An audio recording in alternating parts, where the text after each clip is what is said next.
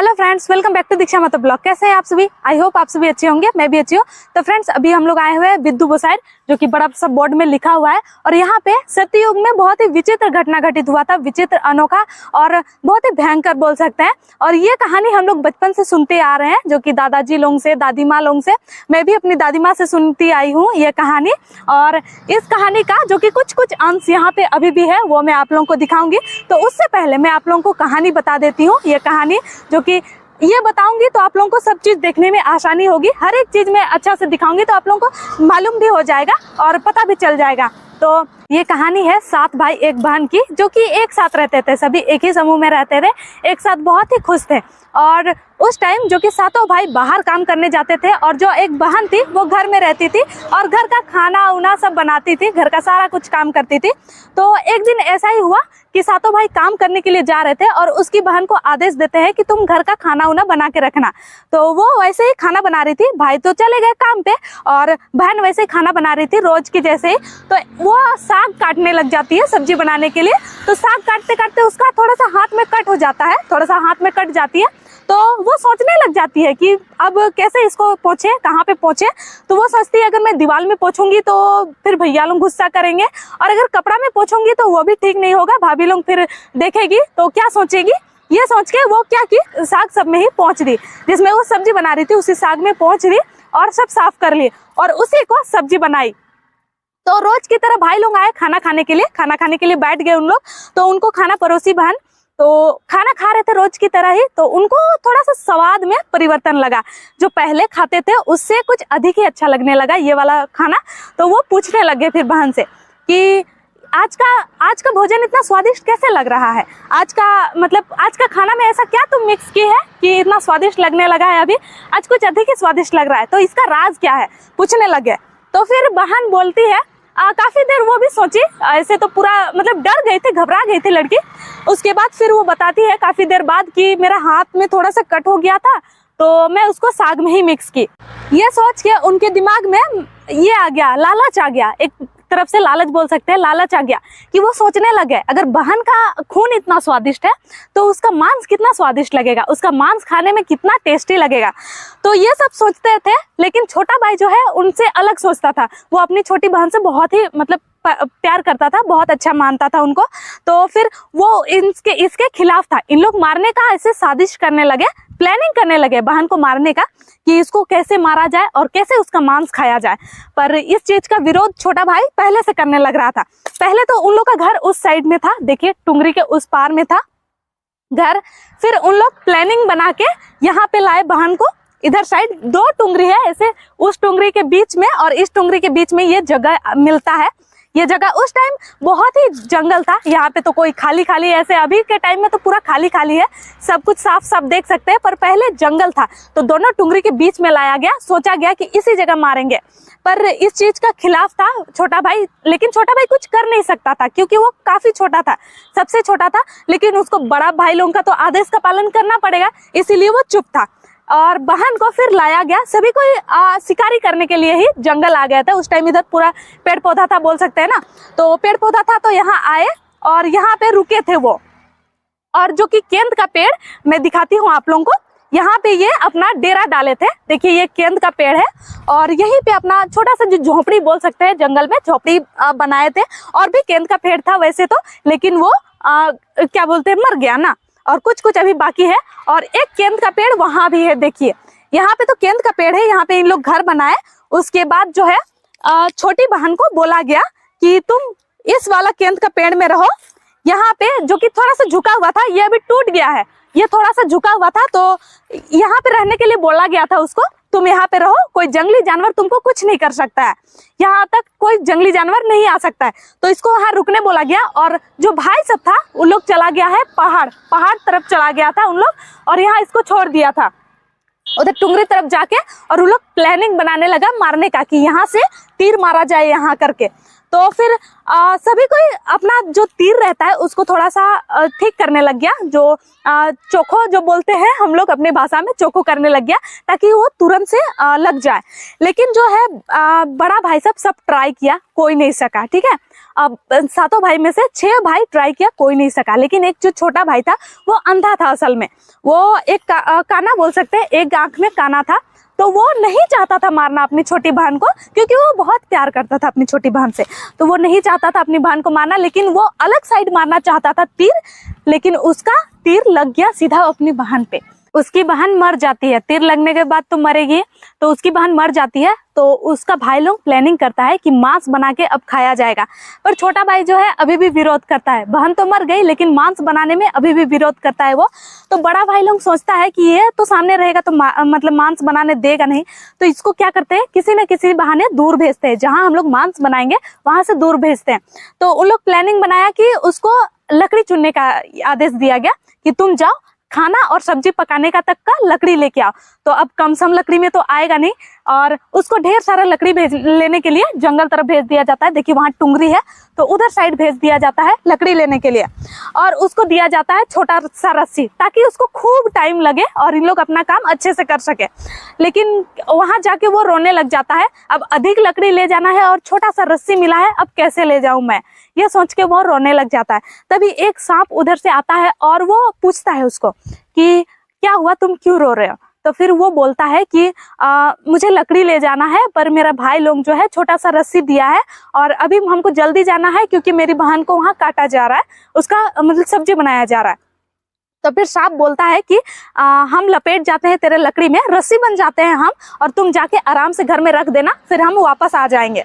तो फिर ऐसा ही होता है, छोटा भाई लकड़ी लेके आ जाता है। तो उन लोग आश्चर्य हो जाता है, इतना छोटा सा रस्सी दिए थे और ये कैसे इतना सारा लकड़ी लेके आया। तो उन लोग का जो है काम पूरा नहीं हुआ था, जो उन लोग मीट बना रहा था वो पूरा नहीं हुआ था, तो उसको और भी तो काम देना होगा ना, ताकि वो सामने ना रहे। तो उसको एक घड़ा दिया जाता है, जो मिट्टी का हाड़ी बोलते हैं हम लोग उसको, और छेद करके दिया जाता है ताकि वो पानी ला ना पाए, और उसको पानी लाने के लिए भेजा जाता है उधर, जो कि डोभा है, मैं वो भी आप लोगों को दिखाऊंगी, डोभा बोल सकते हैं। तो वहां पे भेजा जाता है और पानी लाने के लिए, और काफी छेद रहता है हाड़ी में। अब वो बेचारा क्या करेगा, उसको तो काफी टाइम लग जाएगा, वैसे में वो उसी काम में बिजी हो जाए बोल के छेदा करके दिया जाता है, और वो वैसे ही वहां डोभा जाके रोने लग जाता है, बैठ के रोता है कि अब हम कैसे ले जाएंगे पानी, कह करके, और खूब रोता है। तो फिर मेढक लोग भी कुआं में, डोभा में तो मेढक रहेगी, तो वो लोग पूछती है कि तेरा हुआ क्या है, तुम रो क्यों रहे।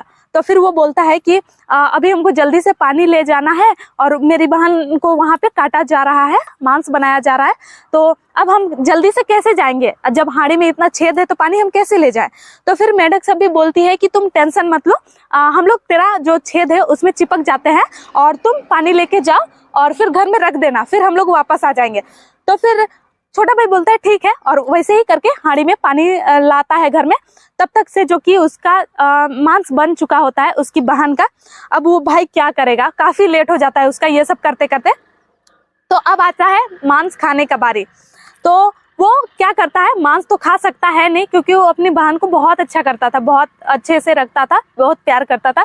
तो वो डोभा जाता है, उसी डोभा में जहाँ से वो पानी लाया था, जहाँ से वो पानी लाया था उसी डोभा में जाता है, और वहां से मछली और केकड़ा पकड़ता है, केकड़ा पकड़ के लाता है, और जो कि वो भी वहां पे दूर में, थोड़ा सा दूर में बैठ के खाता है। और जब उन लोग हड्डी सब चबाता है, तब वो मछली और जो केकड़ा रहता है, केकड़ा का आवाज आता है, तो उन लोग को लगता है कि हाँ ये मांस खा रहा है, कह करके। जब रात में सभी कोई खा के सो जाता है, तो वो छोटा भाई जो है उसको तो मांस छिपाना पड़ेगा उसकी बहन का, नहीं तो उन लोग समझ जाएगा ना कि ये मांस नहीं खाया है। तो उस टाइम में यहाँ पे टीला था, देखिए अभी भी टीला है, और यहाँ पे पूजा भी किया जाता है। तो देखिए यहाँ पे छिपा दिया था, उस टाइम दिया का जो टीला बोलते हैं उसी के अंदर में घुसा दिया था, और यहाँ भी टीला है, कुछ कुछ टीला है अभी भी यहाँ पे, देखिए अभी भी है ये सब। तो यहाँ पे छिपा दिया था। तो कुछ ही दिनों बाद जो है बहुत सुंदर सुंदर बांस का पौधा उगने लग गया था, और बांस सब उगने लग गया था, और अभी भी देखिए बांस सब अभी तक है, और यह सब उगने लगा था। तो एक जो है गरीब व्यक्ति, जो भिखारी था, वो रास्ते से गुजर रहा था उधर साइड से। तो वो देखता है कि इतना सुंदर सुंदर बांस सब उगा हुआ है, तो इससे हम कुछ बनाते हैं। तो इस बांस से केंद्रा बनाने का कोशिश करता है। केंद्रा मतलब एक बजाने का यंत्र, उससे बहुत अच्छा म्यूजिक बजता है ना, तो वही बजाने मतलब बजाएंगे, बनाएंगे सोच के काटता है, ठीक है, और उसको बनाता है और वो घर घर में जाके ये सब बजा के भीख मांगता है। उस टाइम का टाइम था कि अपना कला को दिखा के घर घर में कुछ मांगता था, कुछ लेता था, और जिससे अपना गुजारा कर सके। तो वैसे ही बजा बजा के सभी घर में बजा बजा के कुछ कुछ उसको मिलता था, उससे वो गुजारा करता था। तो बजाते बजाते वो अपना ना, वो इस जो बहन थी जिसका मांस को टीला में रख दिया गया था, रखा, छोटा भाई रखा था, उसी का भाई लोगों का घर में पहुंच जाता है वो बजाते बजाते। तो उस टाइम तक काफी टाइम हो गया था, तो सब भाई लोग अलग अलग रहने लग गया था। तो सबसे पहले वो बड़ा भाई के पास जाता है, तो वो बजाने की कोशिश करता है। उतना दिन तक देखिए, सोचिए कितना मस्त से बजा वो केंद्रा, लेकिन जब बड़ा भाई के पास आता है तब वो केंद्रा बजता ही नहीं है, बहुत ही क्या बोलते हैं खराब धुन से बजने लगता है। और उससे आवाज आता है, ना बाज रे केंद्रा, ये तो तोर दुश्मन कर घर लागे, ऐसा करके था। तो नहीं बजता है, बहुत ही खराब बजता है। तो वो सभी 6 भाई के घर में जाके बजाने की कोशिश करता है, पर बजता ही नहीं है। और जो 7वां भाई रहता है, जो काना भाई रहता है, उसके घर के पास जाता है और वो बजाने लगता है। तो उससे जो आवाज आता है वो बाज रे केंद्रा, ये तो मोर छोटे भाई कर घर लागे, ऐसा करके। तो वहां पे बहुत अच्छा वाला धुन बजता है। तो बड़ा भाई लोग सोचता है कि हम लोग के सामने जानबूझ के वो नहीं बजाया, जानबूझ के वो खराब धुन को निकाला। तो वो 6 भाई लोग इसको पीट के जो कि भागाने का कोशिश कर रहा था। तो सबसे छोटा वाला भाई उसको रोक लेता है, उसको मतलब बचाता है बड़ा भाई लोग से, और उसको अपना शरण देता है, एक दिन के लिए तुम रह सकते हो, खा पी सकते हो यहाँ पे बोल के। तो वो एक दिन रुक जाता है, उसका काफी रात हो जाता है भिखारी का, तो वो रुक जाता है, खा पी के सो जाता है। और सवेरे वो जल्दी से निकल जाता है घर के लिए। जो उसका केंद्रा था, जो यंत्र था बजाने का, उसको वो वहीं पे छोड़ देता है जल्दीबाजी में, और वो चला जाता है। तो ये केंद्रा को रख देता है, ये सोचता है कि मैं बजाऊंगा कभी, इसीलिए संभाल के रख देता है उसको। तो वो जैसे ही काम पे चला जाता है, छोटा भाई है तो वो भी अपना काम पे चला जाता है, सब कोई अलग अलग रहने लगा, तो अब इसको भी काम पे जाना पड़ेगा ना। तो ये काम पे चला जाता है, तो देखता है, वापस आके देखता है कि उसका सारा घर का काम किया हुआ है, सब कुछ घर का काम किया हुआ है, जैसे कि खाना उना हो गया, झाड़ू पोंछा सारा कुछ किया हुआ है। तो वो आके आश्चर्य हो गया कि ऐसे कैसे हो गया, इतना दिन में तो कभी ऐसा हुआ नहीं था कि खाना उना भी बन गया है मेरा और झाड़ू पोंछा भी हो गया है, ऐसे कैसे हो गया। तो दूसरा दिन वो ऐसे ही बहाना करके जाता है कि हम काम पे जा रहे करके बहाना करके जाता है, लेकिन वो जाता नहीं है। उस टाइम जो है सत्ययुग में शायद रूप भी बदल सकते थे आदमी, तो मक्खी का रूप लेके वो किसी जगह दीवार में चिपक के देख रहा था कि क्या हो रहा है मेरे घर में। तो एक उस जो केंद्रा था उससे एक मक्खी निकल जाती है, और वो मक्खी जो कि लड़की का रूप ले लेती है और वो सारा घर का काम करने लग जाती है। तो उसका भाई देख के पहचान लेता है, उसका छोटा भाई जो रहता है वो देख के पहचान लेता है कि ये मेरी बहन है। तो वो जाके जो केंद्रा है उसको तोड़ देता है, ठीक है। तो वो केंद्रा टूट जाता है, तो मक्खी वापस से केंद्रा के अंदर नहीं जा पाती है, जो यंत्र है उसके अंदर नहीं जा पाती है। तो इन लोग दोनों साथ साथ में हमेशा के लिए रहने लग जाते हैं एकदम अच्छे से। तो कहानी यही था, और जो कि हम लोग बचपन से सुनते आ रहे थे, हम लोग को लग रहा था कि कहानी है, और अभी तक जो यहाँ नहीं आए हैं उनको अभी तक लग रहा होगा मेरे हिसाब से कि ये कहानी है। लेकिन मैं यहाँ आई हूँ और ये जो कि मैं साक्षात देख रही हूँ, तो मुझे यकीन हो गया है। और इसके लिए जो कि कुछ कुछ निशानी मैं बता रही थी, जैसे कि ये बांस का पेड़ सब हो गया, और अंदर में टीला दिख ही रहा है, अभी भी दिख रहा है। और ये केंद का पेड़ सब है, देख सकते हैं, ये रहा एक केंद का पेड़। यहाँ पे पूजा भी हुआ है, देखिए टीका लगा हुआ है, यहाँ पे देख सकते हैं सिंदूर का, यहाँ पे पूजा भी होते रहता है। और इधर साइड जो है, इधर 3 गो केंद का पेड़ है, जहाँ पे उन लोग घर बनाए थे, झोपड़ी बनाए थे।